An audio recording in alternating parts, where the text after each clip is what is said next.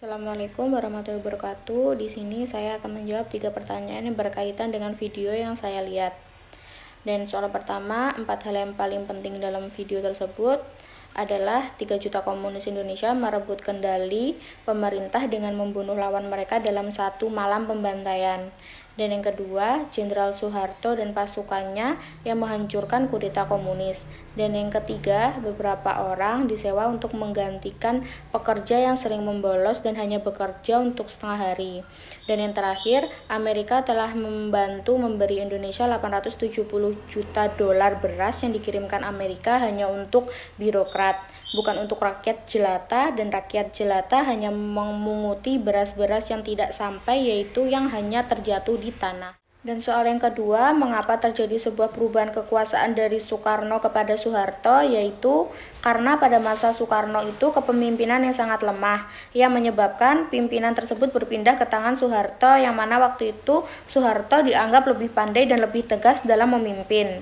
Karena dia termasuk angkatan atau jenderal, sedangkan Soekarno tidak termasuk anggota NATO jenderal, yang saat itu masyarakat berpikir jika tanah Indonesia dipimpin oleh tangan jenderal, maka kekuasaan Indonesia akan lebih kuat dan tidak akan runtuh.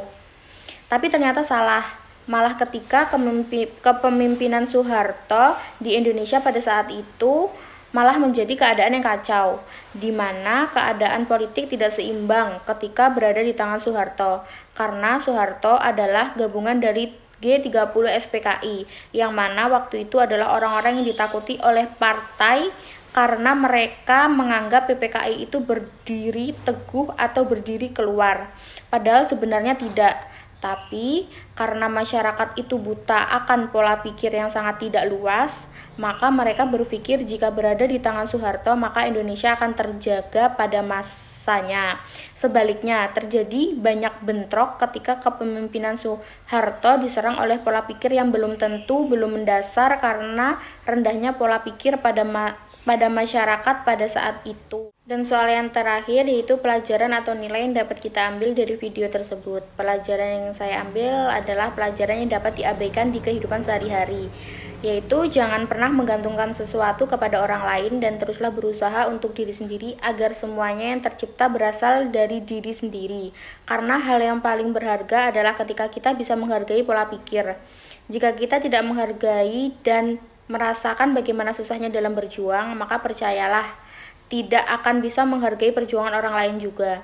Tetapi jika kita tidak bisa menghargai perjuangan dari kelas diri kita, bagaimana orang akan menghargai perjuangan kita?